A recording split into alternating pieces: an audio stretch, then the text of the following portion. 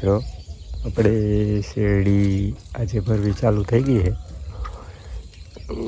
વધારે ઓર્ડર હતો એટલે રિક્ષાનું કેન્સલ કર્યું અને આપણી રામપ્યારી લઈ જવાની છે. હવે રામપ્યારી ફૂલ થઈ જાય એટલે ખંભાળિયા ભેગી કરી દઈએ, મળે ધીરે ધીરે વેચાણ થવા. હવે આપણા આગળ વીઘા ઉપર થોડોક માલ છે, લગભગ 10 દિવસનું કામ છે. 10 દિવસ થઈ જાય આપણું કામ પૂરું. હમણાં છેલ્લા 2-3 ફેરા મોટા મોટા હતા, એના લીધે આપણે રિક્ષાવાળા નજર દઈ દીધી અને રામપ્યારી ચાલુ કરી દીધી. રામપ્યારી વહી જાય ખંભાળિયા એવું છે. વાહે એક પોટી છે, એમાં જોજો કાપવાની ભૂલાઈ ગઈ હતી કે આવું થાય ભાઈ. સવારમાં 7 વાગ્યામાં ભરાવા માંડી છે ગાડી. વહેલી ભરી લઈએ તો વહેલા થાય નવરા. આ બાજુ કટિંગ થઈ ગયું હોય, એની પોટી પડી છે, એ આપણે ઘરે ભરી જવાની છે હાલને ચરામાં.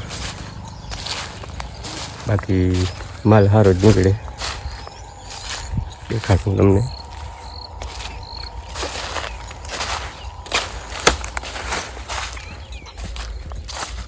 કેમ બાકી હાઈટ કેમ છે જો દેખાય ને, જો હાઈટ છે એમ. પછી કાતરી એ મોટી થઈ ગઈ છે હવે જોરદાર નીકળે. અત્યાર સુધી જે નીકળ્યો ને એનાથી અત્યારે સારો નીકળે છે. ને એક આ કાતરી દેખાડું જેવું ખાલી.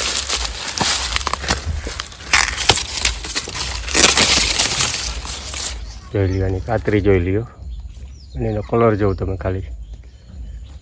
વેતની કાતરી છે અને કલર એ લીલો છમ જેવો. પછી તો આપણો રસ લીલો જ નીકળે ને. બધા કહેતા હોય કે શેરડીનો રસ ઘી જેવો જ હોય, પણ બિયારણનો ફરક તો પડે જ ભાઈ. તમે જે કહો એ આવું હાલે છે. રામપ્યારી ભરાઈ જશે હમણાં એટલે આપણે નીકળી જવું છે. આવતા વર્ષે આપણે 5 વીઘા જેવું પાછું વાવેતર કરીએ છીએ. બાકી તમે ઘણા બધાએ વાવ્યો છે તો આપણે એમને થોડોક ચાન્સ આપશું. આપણો પૂરો થઈ જાય એટલે એને વેચવામાં મદદ કરશું, કેમ કે આપણે અહીંયાથી બિયારણ લઈ ગયા છે તો એને ફાયદો તો થવો જોઈએ આપણા લીધે.